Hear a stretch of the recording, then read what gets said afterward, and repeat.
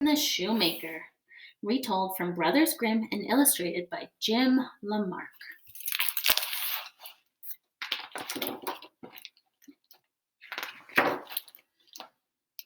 There was once a good shoemaker who, through a spell of bad luck, had become very poor. Finally, he had just enough leather to make one last pair of shoes. "Still, it is a fine piece of leather," said his wife, "as soft as butter, yet as strong as your hands." "Tonight, dear wife, I will cut the leather," said the shoemaker, "and first thing in the morning I will sew the shoes."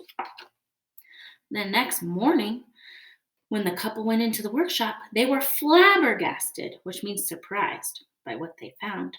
There on the work table stood two shoes, perfectly finished, not a stitch out of place.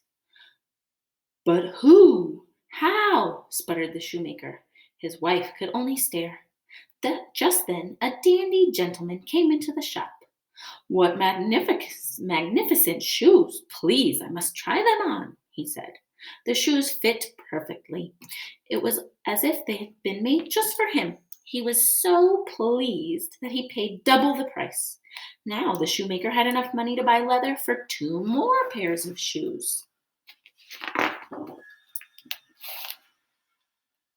Again, that evening, the shoemaker cut out the leather for the shoes and went to bed. Once again, in the morning, there were the shoes. Finished!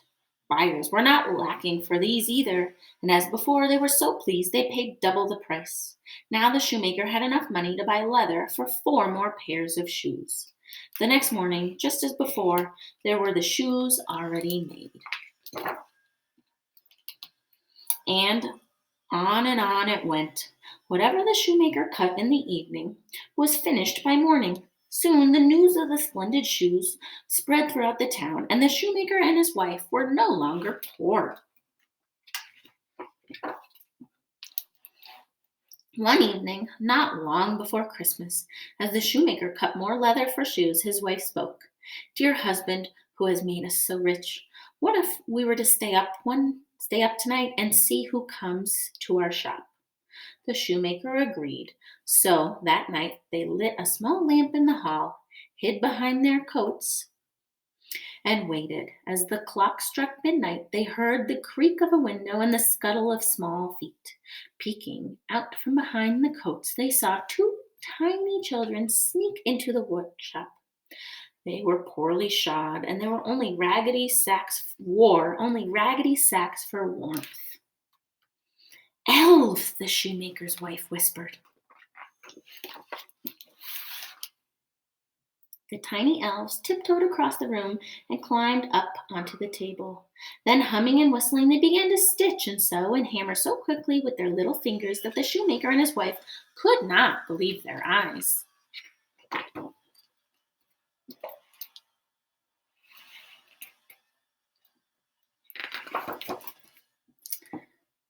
The elves did not stop until all the shoes were finished and stood lined up on the table. Sturdy riding boots, delicate slippers, feather-light dancing shoes, and heavy clogs for work. Then the elves tiptoed out of the workshop, up the stairs, and out the window. The next morning, the wife said, "The little elves have made us rich. We must give them something in return. They run around with so little on, they must be freezing. I will make them a warm dress, coat, and pants, and knit them each a pair of stockings. And I shall be happy to make them each a pair of fine shoes," said the shoemaker. They went right to work, and that evening they laid the presents on the work table. Then, like before, they hid behind the coats and waited. At midnight, the elves quietly slipped into the shop, ready for another night of work. But instead of pieces of leather, they found the beautiful presents. At first, they were too astonished to move. Then they hugged their new warm clothes and quickly put them on. When they were dressed, they leaped and bounced around the room singing, "Now we're elves so fine to see, no longer cobblers we will be." They jumped over chairs, raced around the shop, and finally ran out the door. The click and clack of their new shoes echoed through the streets. From that time on, the little elves were not seen again, but the shoemaker and his wife lived a long and happy life.